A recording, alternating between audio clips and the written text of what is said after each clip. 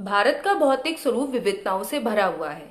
यहाँ बहुत ऊंची ऊंची पर्वत श्रृंखलाएं हैं, पठार हैं, मरुस्थल भी हैं, ज्वालामुखी भी हैं और बहुत ही बड़ी बड़ी नदियां भी हैं, प्रसिद्ध नदियां हैं। और जो कि जो क्षेत्र है वहाँ के आसपास का उसको बहुत उपजाऊ बनाते हैं। मैदानी क्षेत्र है तो डेल्टा भी है। तो इस तरीके के विविधता से भरे हुए भारत के भौतिक स्वरूप को एक मैप के थ्रू हम लोग जानने की कोशिश करते हैं। तो चलिए मैप देखते हैं और उससे जानते हैं कि भारत का भौतिक स्वरूप कैसा है। तो सबसे पहले हम नदियों के बारे में जानते हैं। तो जो हिमालय जो तंत्र है, हमारा हिमालय रेंज है, तो उसमें जो मुख्य नदियां हैं वो हैं आपकी गंगा, ये गंगा नदी इधर, और जो कि गंगोत्री से निकलती है।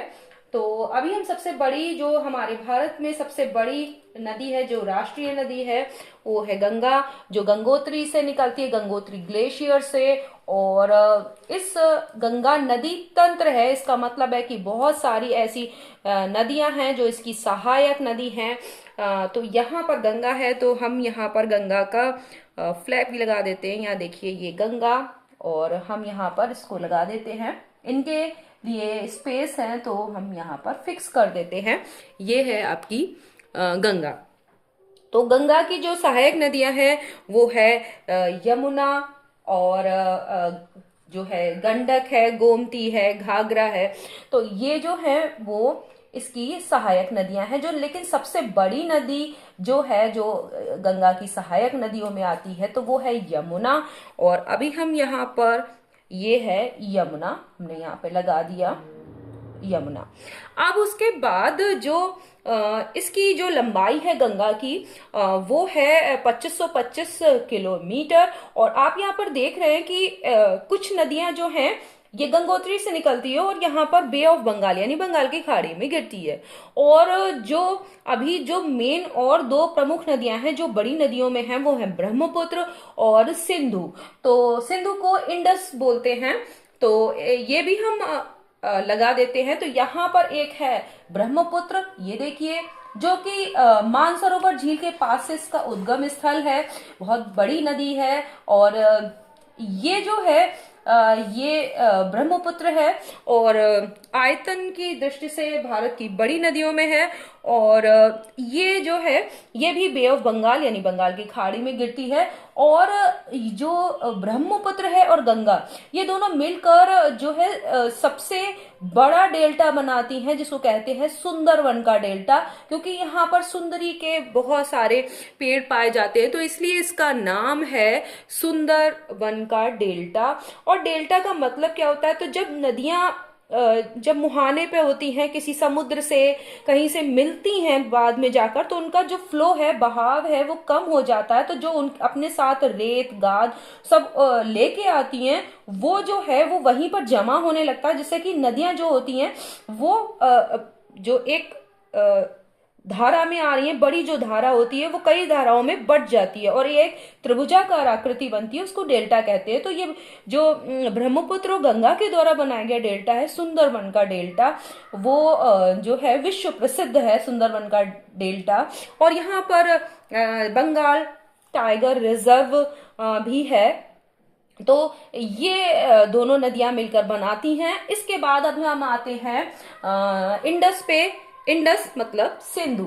तो ये भी मानसरोवर झील से इसका उद्गम स्थल है।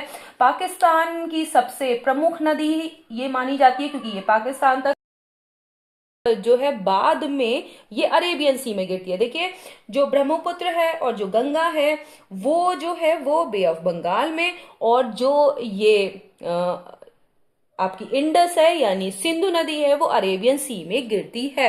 और इसकी भी झेलम है, चिनाब है, सतलुज है, इसकी जो है वो ट्रिब्यूटरीज है यानी जो सहायक नदियां हैं। तो सतलुज उसमें से सबसे बड़ी है। ये देखिए, यहाँ पे मैं इसको जोड़ देती हूँ, ये मेन नदी है सतलुज, तो वो यहाँ पर है। तो अभी हम यहाँ पर भी इनके भी फ्लैग लगा देते हैं। तो यहाँ पर आपकी है सतलुज, और आपकी जो है इंडस। तो इंडस ये है, ये बहुत बड़ी नदियों में है इंडस। ये आपकी हो गई। और आपका यहाँ पर लगता है तो ये देखिए, तो आपकी जो मेन नदियां हैं जो कि यहाँ हिमालय पर्वत श्रृंखला में इधर की तरफ है, उत्तर की तरफ, तो वो सबसे बड़ी नदियां हैं। और ये बहुत बड़ा उत्तर का, ये देखिए मैदानी इलाका है जहां पर आपको ग्रास दिख रही है, घास घास से, तो ये मैदानी इलाका है। बहुत उपजाऊ यहाँ की जमीन है, क्योंकि ये जलोढ़ मिट्टी से बनी है। जलोढ़ मिट्टी का मतलब होता है जो नदियों के द्वारा बहाकर लाए जाते हैं, वो मिट्टी, है ना।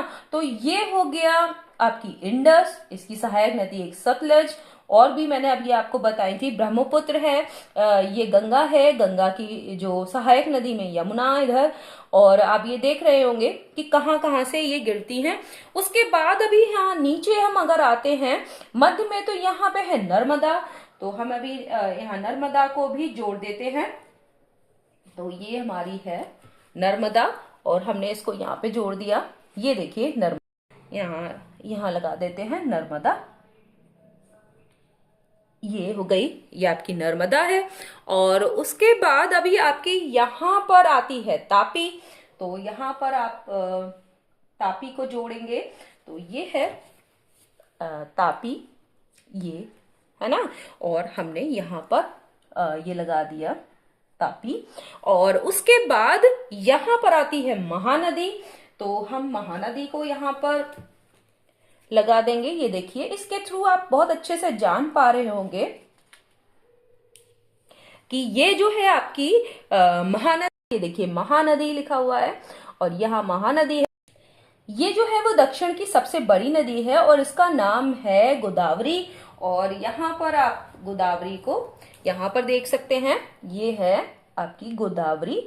तो यहाँ पर इसको इस तरीके से लगा देते हैं, गोदावरी। यहाँ पर देखिए मैंने इसे इसमें लिखा हुआ है ये गोदावरी। और ये आपको दिख रहा होगा कि ये वाली नदी जो है गोदावरी है, ये महानदी है, ये किधर आपको गिर रही है, ये बे ऑफ बंगाल में। और यहाँ पर दो नदियां हैं, कृष्णा और कावेरी। तो अभी हम यहाँ पर कृष्णा और कावेरी को भी यहाँ पर दिखाएंगे। ये है आपकी कृष्णा, और हम इसका यहाँ पे लगा देते हैं। ये देखिए, ये आपकी यहाँ से आता है कृष्णा, और ये भी आपको दिख रहा होगा कि ये आपका बे ऑफ बंगाल में गिरती है। तो यहाँ पे देखिए ये कृष्णा लिखा हुआ है, और यहाँ पे मैं इसको लगा देती हूँ। और फिर यहाँ पर बसती है आपके कावेरी। ये मेन नदियां हैं, नदियां तो बहुत सारी हैं, लेकिन ये जो भारत की प्रमुख नदियां हैं उनको मैंने यहाँ पर आपको बताया। और कौन सी कहाँ पे गिरती है, ये देखिए कावेरी, ये कावेरी का है, और यहाँ पे मैंने इसे लगा दिया।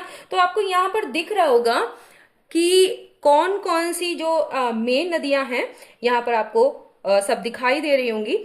अब हम बात करते हैं, ये हमने इतना लगा दिया है। अब हम बात करते हैं भारत के प्रमुख मरुस्थल यानी डेजर्ट की, थार डेजर्ट। तो ये सबसे, इसका ज्यादातर पोर्शन भारत में जो है वो राजस्थान में आता है, थोड़ा पार्ट जो है इसका वो पाकिस्तान में भी है। तो अभी हम इसके बाद हम थार डेजर्ट को ऐड करेंगे। तो ये है आपका, यहाँ पर देखिए ये जो पोर्शन है वो है थार डेजर्ट, यानी थार का मरुस्थल। तो यहाँ पर इसका ज्यादातर हिस्सा मैंने अभी कहाँ बताया था, तो मैंने इसका ज्यादातर हिस्सा बताया था राजस्थान में, और कुछ हिस्सा इसका जो पड़ता है वो जो है पाकिस्तान में भी है। तो यहाँ पर हम आप इसको ऐड कर देते हैं।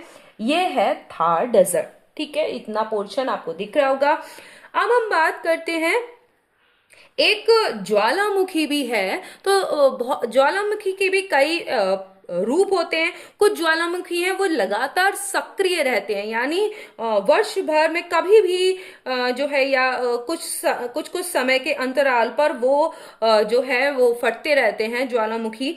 लेकिन कुछ ऐसे होते हैं कि कुछ साल पहले वो सक्रिय हुए थे, और कुछ भविष्य में भी उनके सक्रिय होने की संभावना है। और कुछ ऐसे भी होते हैं जो तीसरे टाइप के हैं कि वो कभी मतलब भूतकाल में कभी ऐसा हुआ था कि वो ज्वालामुखी सक्रिय थे, लेकिन अब उनके सक्रिय होने की कोई संभावना नहीं है। तो जो सेकंड टाइप का है, यानी कई साल पहले सक्रिय हुआ था और उसके बाद भविष्य में कभी सक्रिय हो सकता है। तो जो अंडमान निकोबार आइलैंड है उसमें एक है बैरन द्वीप, और बैरन द्वीप में एक है बैरन वॉल्केनो। यहाँ पर भारत में एकमात्र ये वॉल्केनो पड़ता है, बैरन वॉल्केनो। तो यहाँ पर ये है, ये आपको दिख रहा होगा यहाँ पर। अब हम बात करते हैं प्लेटूज की। प्लेटूज क्या होते हैं, यानी पठार। तो ये जो है वो पहाड़ों से थोड़े से जो होते हैं कम ऊंचाई के होते हैं, और ऊपर जैसे पहाड़ों में एकदम से ऊंची आप देख सकते होंगे कि जैसे एक बहुत खड़ी ढाल होती है और चोटी उनकी बिल्कुल पॉइंट वाली होती है, तो वैसा नहीं होता। ये ऊपर का इनका समतल हिस्सा होता है और इनकी ढाल भी थोड़ी कम होती है। तो यहाँ पर प्लेटू है। तो यहाँ पर प्लेटू, ये जो आप जगह दिख रही है जो कि त्रिभुजाकार दिख रही है, ये है भारत का सबसे बड़ा प्लेटू, डेक्कन प्लेटू, यानी दक्कन का या दक्षिण का पठार। तो ये पूरा हिस्सा डेक्कन प्लेटू है। यहाँ पर जो है वो मालवा का पठार है या मालवा प्लेटू है, जो कि अरावली और विंध्य रेंज के जो है वो बीच में आता है। तो चलिए हम इसको लगाते हैं और जानने की कोशिश करते हैं। तो ये देखिए, ये हिस्सा जो है ये पूरा हिस्सा है, मतलब इतना ही नहीं, ये जो मैं अभी लगा रही हूँ, ये मैं इसे सिंबल के टाइप लगा रही हूँ कि यहाँ और आपका ये पोर्शन, क्योंकि प्लेटूज को आप समझ पाओ कि पठार कैसे होते हैं। तो ऊपर से देख रहे होगे कि आप इसे समतल है, यहाँ पर दिख रहा होगा कि ऊपर समतल है, इनकी ढाल भी कम है। तो यहां से ये पूरा डेक्कन प्लेटू है, ठीक है। तो हम डेक्कन प्लेटू, ये देखिए डेक्कन प्लेटू, और हम यहाँ पे इसको लगा देते हैं। ये यहां से यहां तक ये पूरा डेक्कन प्लेटू है। और इस जो ये जो जगह है, ये पठार जो है, ये वाला हिस्सा, ये पूरा जो है वो बना है काली मिट्टी से, और ये कपास की खेती के लिए बहुत ज्यादा फेमस है। यहाँ की जो है कपास की खेती, क्योंकि काली मिट्टी में कपास की खेती बहुत अच्छी होती है, वो ये है। फिर ये है मालवा का प्लेटू, फिर ये छोटा नागपुर। तो मालवा का प्लेटू हम लगा देते हैं यहाँ पर। तो ये है हमारा मालवा प्लेटू। ये देखिए, यहाँ पर अरावली रेंज है और ये विंध्य रेंज है, तो इनके बीच में पड़ता है। ये भी जो है वो काली मिट्टी से बना हुआ है, जो खेती के लिए बहुत उपजाऊ होती है। ये मालवा प्लेटू है। यहाँ पर छोटा नागपुर प्लेटू है, ये खनिजों के लिए बहुत प्रसिद्ध है। यहाँ पर बहुत सारे, जैसे कोयला है, बॉक्साइट है, लोहा है, तो ये ऐसे खनिजों के लिए बहुत ज्यादा प्रसिद्ध है। ये इसका नाम है छोटा नागपुर प्लेटू। तो ये भारत के ये जो प्लेटूज हैं, ये मेन है। ये देखिए छोटा नागपुर प्लेटू, और ये मैंने इसको यहां पर लगा दिया, आप इसे देख पा रहे होंगे। तो ये मेन प्लेटूज हो गए, यानी पठार। अब हम बात करते हैं जो है वो प्रमुख पर्वतों की। तो हिमालय पर्वत श्रृंखला है, ये हमारी जो है पर्वत श्रृंखलाएं हैं, और ये हिमालय है। तो हिमालय भी तीन प्रमुख भागों में बटा हुआ है। तो सबसे जो नॉर्थ का है, तो उसको कहते हैं ग्रेट हिमालय या फिर आपका हिमाद्री। तो हम ये पूरा हिमालय है, मैं हिमालय ऐसे लगा दे रही हूँ यहाँ पे आपको दिख रहा होगा ये हिमालय है। और जो ये पहली वाली है, जो हिमाद्री मैंने बोला या ग्रेट हिमालय, इसी में आपका जो माउंट एवरेस्ट है, सबसे ऊंची माउंट एवरेस्ट की हाइट है 8,848 मीटर। और K2 सेकेंड नंबर पे है, और यहाँ पे आपका K2 है, ये मैंने लगा दिया। और फिर कंचनजंगा यहाँ पर, ये मैंने लगा दिया। और आपको ये जो है ये 6,000 मीटर से ऊंची पर्वत यहाँ पर है हिमाद्री रेंज में। फिर जो मिडिल में आती है मध्य हिमालय, तो वो जो है 3,000 से 4,500 मीटर ऊंची पर्वत श्रृंखलाएं हैं। यहाँ पर बहुत अच्छे प्रसिद्ध टूरिस्ट प्लेस हैं, जैसे कि घूमने वाले दर्शनीय स्थल हैं, जैसे कि शिमला है, मसूरी है, दार्जिलिंग है। तो ये यहाँ पर आपको सेकंड में, यानी जो हिमाचल पर्वत श्रृंखला है उसमें है।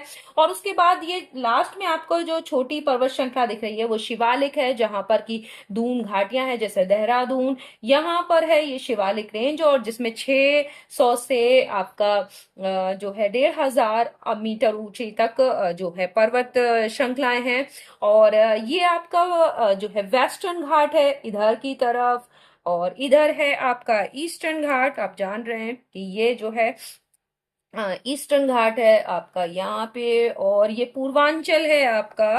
तो यहाँ पर पूर्वांचल में लगा देती हूँ। और यहाँ पर देखिए मैंने जो बताया था जहां पर कि मालवा प्लेटू है, तो उसके एक तरफ है इस तरफ, जब जहां पर कि थार डेजर्ट है उसकी तरफ, उस तरफ जो है पीछे ये अरावली रेंज है। यहाँ पर देखिए ये अरावली रेंज है। और इसके बाद यहाँ पर है विंध्य रेंज, यानी विंध्याचल पर्वत और श्रृंखला। ये है सतपुड़ा रेंज यहाँ पर। तो इस तरीके से यहाँ पर बीच में आपकी नर्मदा नदी बह रही है। तो आप इस तरीके से देख सकते हैं कि भारत का भौतिक स्वरूप क्या है। भारत का भौतिक स्वरूप विविधता से भरा हुआ है। आप देख पा रहे हैं कि बहुत सारे पर्वत हैं, बहुत सारी नदियां हैं, और पठार भी हैं, डेजर्ट भी है, वोल्केनो भी है। और ये सब आपने यहाँ पर देखा, और बहुत अच्छे से इस मैप के थ्रू आप समझ पा रहे होंगे कि भारत का भौतिक स्वरूप क्या है। नेक्स्ट वीडियो में हम फिर मिलते हैं, तब तक के लिए धन्यवाद।